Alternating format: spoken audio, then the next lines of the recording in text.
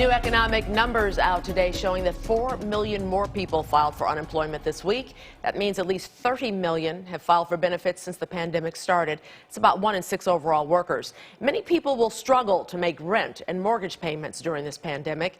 Earlier this month, Congressman Bobby Rush introduced legislation to defer mortgage payments and encourage relief for renters. He's also calling for more PPE for federal transportation workers and passengers. Joining us now to talk more about that and other issues is Congressman Bobby Rush. Good evening, thank you, and it's good to have you with us tonight. Well, I'm certainly glad to be with you this evening. Yeah, so let's start with this mortgage and housing bill, Congressman. One thing it would do is push any mortgage payments that are deferred to the end of the loan. Tell us more about this. Well, yeah, you know, I had a call from my constituent, from one of my constituents, and she said, well, Congressman, I'm glad that we got a moratorium and we got forbearance on our mortgages, but the problem is that the day after the forbearance ends, I got to come up with the total sum of my delayed deferring mortgage, and that is would be an impossibility. Mm-hmm. So I told her I would look into it. So what we did, we were creating a program by where the deferred amount won't be owed to the mortgage company until the end of the mortgage rather than the end of the forbearance period. And I also provided in there some similar kind of incentives for those who are landlords, to allow them to defer their rents, the rents that are new to them, and to extend those rents until the end of the same period. Congressman, could this create, though, a ripple effect, meaning landlords wouldn't be able to pay their bills as well? Well, no, because we are actually the relief that we're getting, that we're seeking, is not for the renters. It would be for the landlords. The landlords would not be able to would be able to also extend the repayment period for their particular mortgages and also the renters. So it would extend to both of them. Several of your Democratic colleagues have signed on to this. What are the chances that it passes, Congressman? Well, we think that given the emergency situation that has been created by this pandemic, that there are a number of bills that maybe would not have been considered viable or something that passable. Now the forecast looks pretty favorable for some of these bills, including some bills that I'm introducing tomorrow morning. My Trace Act that I'm introducing tomorrow morning.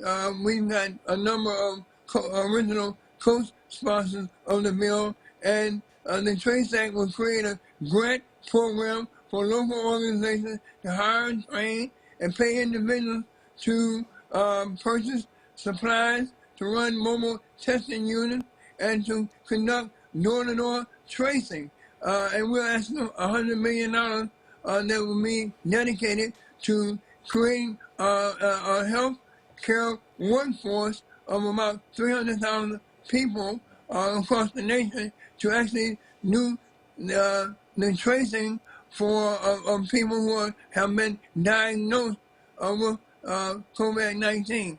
I mean, this is a massive program. It's a very exciting program, and we're getting a lot of support from other members of Congress. So I'm confident, and I'm very enthusiastic about these bills, and I think that they will get to see the light of the day, because both the Republicans and the Democrats are supporting this bill. These bills, they're both bipartisan in their gathering of support. Congressman, can we talk about the effect that this pandemic has had on our black and brown communities? We've known for a while that residents in these communities suffer from more pre-existing conditions like diabetes and heart disease. But do you think that this will now put a spotlight on the issues in these communities and the health care that is lacking in these communities and bring more education after the pandemic's over? Well, I am glad you asked that question because I think this gives our nation another opportunity to try to get this race thing right. We blew it after the Kerner report. If you recall, over 50 years ago, half a century ago, the Illinois governor Arnold Kerner was commissioned by President Johnson at the time to look at the status of race, look at the racial problems in America. And they concluded that there were two Americas, all right? And so 50 years later, we see the same kind of disparities, inequities in so many segments of our society, including in terms of health care. Do you think this will change after the pandemic? I'm hopeful. I'm hopeful. The one thing that gives me pause for concern is that we had the same amount of attention that was paid as a result of the flooding, the Hurricane Katrina. Yeah. When we talked about how poor African Americans had to live, and we were all concerned. But then we moved on to other issues. So I'm committed that this time that the bright